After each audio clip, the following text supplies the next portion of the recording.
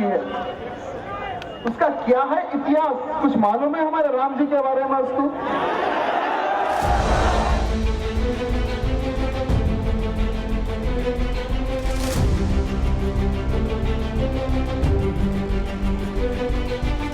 राहुल गांधी अडानी के मुद्दे पर बीजेपी को घेर रहे हैं, लेकिन हकीकत यह है कि अडानी के मुद्दे से बीजेपी को कोई फर्क नहीं पड़ता, क्योंकि बीजेपी ने अपनी विश्वेल को पूरे देश में फैला दिया है। आज हम आपको उस सच्चाई के बारे में बताने जा रहे हैं जो न सिर्फ बीजेपी की प्लानिंग का खुलासा करती है, बल्कि ये भी साबित करती है कि मोदी को अडानी मुद्दे की कोई परवाह नहीं है। हम ये हवा में नहीं कह रहे, इसके पुख्ता सबूत हैं। रामनवमी के मौके पर भारत के कुछ राज्यों में हिंसा हुई, जिसमें बिहार, पश्चिम बंगाल, झारखंड, गुजरात, महाराष्ट्र, कर्नाटक और उत्तर प्रदेश जैसे बड़े राज्य शामिल हैं। क्या ये सिर्फ घटनाएं थीं या इनके पीछे भी एक पैटर्न था?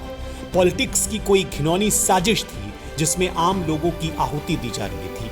क्योंकि अगर आप गौर से देखें तो इन सब घटनाओं में कुछ बातें, कुछ नारे और कुछ चेहरे एक जैसे दिखाई देते हैं जो गंभीर सवाल खड़े करते हैं। अब इस चेहरे को ध्यान से देखिए। शायद आप में से कुछ लोगों ने इसको देखा भी हो, आप पहचानते भी हो। ये है हैदराबाद की गोशा महल सीट से बीजेपी विधायक टी राजा सिंह। बीते साल जब पैगंबर मोहम्मद पर विवादित बयान दिया इन्होंने, तो बीजेपी ने इन्हें पार्टी से निलंबित कर दिया और इन्होंने 2 महीने की जेल भी काटी।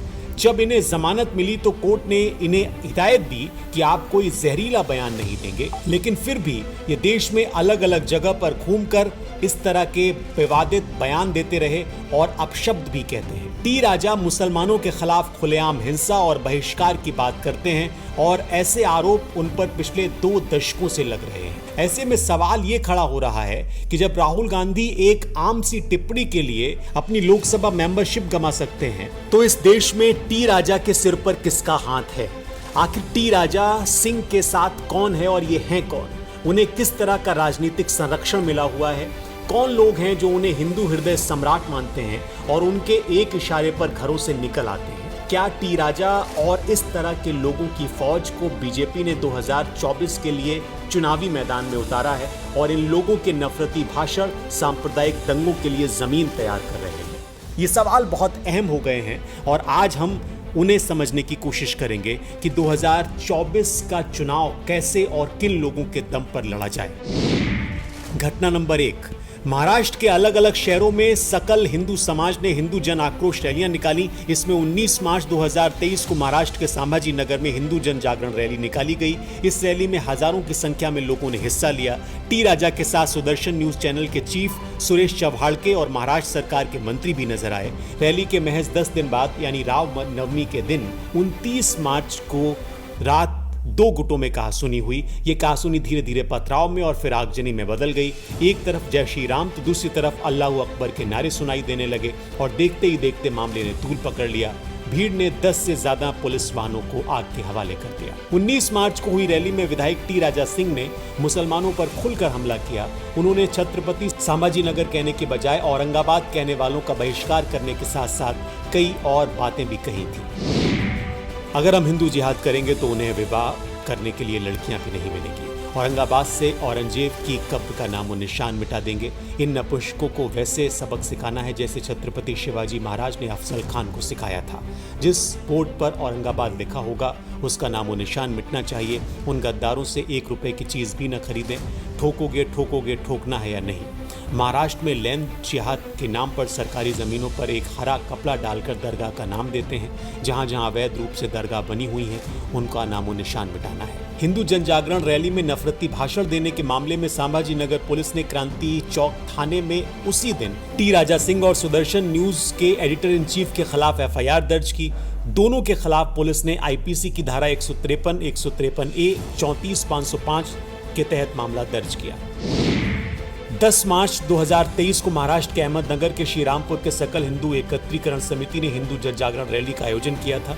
इसमें भी प्रमुख वक्ता के तौर पर विधायक टी राजा शामिल हुए थे। श्रीरामपुर की रैली में विधायक टी राजा सिंह ने लव जिहाद, लैंड जिहाद और मुसलमानों के बहिष्कार की मांग की थी। टी राजा सिंह का कहना है कि लव जिहाद के लिए इन गद्दारों ने एक सेना का निर्माण किया है। हर बहन बेटी का रेट फिक्स किया गया है। ब्राह्मण की लड़की के लिए 5 लाख, राजपूत की लड़की को 4 लाख, ओबीसी SC ST की लड़की के लिए 2 लाख रुपए रखे हैं। जैन समाज की लड़की के लिए 3 लाख रुपए, गुजराती समाज की लड़की के लिए 6 लाख, सिख के लिए 7 लाख, मराठी समाज की लड़की के लिए 6 लाख रुपए दिए जा रहे हैं। जो दरगाह पर जाकर मन्नत मांगता है उसके घर से शिवाजी ही नहीं अफजल खान पैदा होता है। चाहे कोई भी रोके, कोई भी टोकेगा, 2025-26 में भारत देश अखंड हिंदू राष्ट्र घोषित होने वाला है। हमारे हिंदू राष्ट्र की राजधानी दिल्ली नहीं, काशी होगी, मथुरा होगी या अयोध्या होगी। जो भी हिंदू के खिलाफ बात करेगा उसे हम छोड़ेंगे नहीं। इस रैली के 3 दिन बाद 13 मार्च को अहमदनगर के श्रीरामपुर थाने की पुलिस ने राजा सिंह के खिलाफ FIR दर्ज की। उनके खिलाफ IPC की धारा 295A, 504, 506 के तहत मामला दर्ज किया गया। 19 फरवरी को महाराष्ट्र के लातूर में शिव जयंती के मौके पर रैली हुई। रैली में विधायक टी राजा सिंह ने एक बार फिर भारत को अखंड हिंदू राष्ट्र बनाने का जिक्र किया। हम सब मिलकर भारत को अखंड हिंदू राष्ट्र बनाएंगे। जितनी अफजल की नाजायज औलादें हैं उनको सबक सिखाना है। शिवाजी के समय पर एक अफजल था, आज हर चौराहे पर, हर गली में, हर विधानसभा में अफजल खान की नाजायज औलादें हैं। अगर सबक सिखाना है तो तैयार रहिए। आप सोचिए कि लव जिहादियों को ठोकने वाले हिंदू बनोगे या मंदिर में घंटा बजाने वाले। मैंने धर्म के लिए अपनी कुर्सी को लात मार दी, 2 बार विधायक बन चुका हूं। अब जिएंगे हिंदू के लिए, मरेंगे धर्म के लिए। 27 फरवरी को लातूर के शिवाजी नगर थाने में पुलिस ने धार्मिक भावनाएं भड़काने, समाज को बांटने, जानबूझकर खास समुदाय का अपमान करने, समाज में भय का माहौल पैदा करने के आरोप में FIR दर्ज की। राजा सिंह के खिलाफ IPC की धारा 153A, 153B, 295A और 505 के तहत मामला दर्ज किया गया। 29 जनवरी 2023 को सकल हिंदू समाज ने मुंबई में हिंदू जन आक्रोश रैली आयोजित की। इस रैली में भड़काऊ भाषण देने के आरोप में मुंबई पुलिस ने करीब 2 महीने बाद टी राजा सिंह के खिलाफ FIR दर्ज की। ये FIR दादर पुलिस ने IPC की धारा 153A के तहत दर्ज की। टी राजा का किस्सा सिर्फ इतना भर नहीं। इन रैलियों के अलावा टी राजा सिंह ने इस साल 22 जनवरी को महाराष्ट्र के पुणे में, 26 फरवरी को सोलापुर में, 5 मार्च में और 30 मार्च को हैदराबाद के धोलपेट में राम नवमी की शोभा यात्रा के अलावा कई रैलियों में भाषण दिए। टी राजा सिंह मंचों से जिस भाषा का इस्तेमाल करते हैं उसके खिलाफ महाराष्ट्र के अलग अलग इलाकों में कम से कम 4 FIR दर्ज हैं। इनमें पुलिस ने IPC की धारा 153, 153A, 153B, 295A, 504, 505, 556, 506, 34 के तहत मामले दर्ज किए। अब जरा इन धाराओं को समझ भी लीजिए। 153 यानी दंगा करने के इरादे से जानबूझकर उकसाना, 1 साल तक की सजा। 153A धर्म, जाति, जन्मस्थान, निवास, भाषा आदि के आधार पर अलग अलग समूहों के बीच शत्रुता को बढ़ावा देना और सद्भाव बिगाड़ने के मामले में लगाई जाती है ये धारा, 3 साल तक की सजा है। 153B राष्ट्रीय एकता के खिलाफ प्रभाव डालने वाले भाषण देना, 3 साल की सजा। 295A जानबूझकर धार्मिक भावनाओं को आहत करना या ऐसी साजिश करना जिसमें 3 साल की सजा है। 504 जानबूझकर अपमानजनक भाषा का इस्तेमाल करके सार्वजनिक शांति को भंग करना, 2 साल की सजा। 506 आपराधिक धमकी देना, 2 साल तक की सजा। लेकिन टी राजा अभी भी विधायक हैं, सदस्यता नहीं गई, उनके ऊपर कोई आंच नहीं आई, सरकार को इससे कोई फर्क नहीं पड़ता। अभी हाल ही में सुप्रीम कोर्ट ने हेट स्पीच पर तीखी टिप्पणी की थी। हेट स्पीच के मामले में 3 साल तक की सजा का प्रावधान है। अगर किसी भी मामले में उन्हें 2 साल की सजा होती है तो न सिर्फ उनकी विधायकी चली जाएगी बल्कि वो सजा खत्म होने के बाद अगले 6 सालों तक चुनाव नहीं लड़ पाएंगे। बोलने की आजादी कब हेट स्पीच में बदल जाती है, इसको अगर आपको समझना है तो टी राजा को सुनिए। विधायक टी राजा के एक पुराने भाषण के मुताबिक उन्होंने साल 2000 में हिंदुओं के प्रति हो रहे अत्याचार के खिलाफ लड़ाई शुरू की थी। उस वक्त वो हिंदू वाहिनी संगठन में रहकर काम कर रहे थे। उनके मुताबिक उस समय वो हिंदुओं को ईसाई धर्म में कन्वर्ट करने वालों के खिलाफ थे। टी राजा ने अपने राजनीतिक करियर की शुरुआत 2009 में तेलुगु देशम पार्टी से नगर पार्षद के रूप में की। 2014 में टी राजा तेलंगाना में गोशा महल सीट से बीजेपी के टिकट पर चुनाव लड़कर विधानसभा पहुंचे। 2018 में उन्होंने दूसरी बार इस सीट पर जीत हासिल की।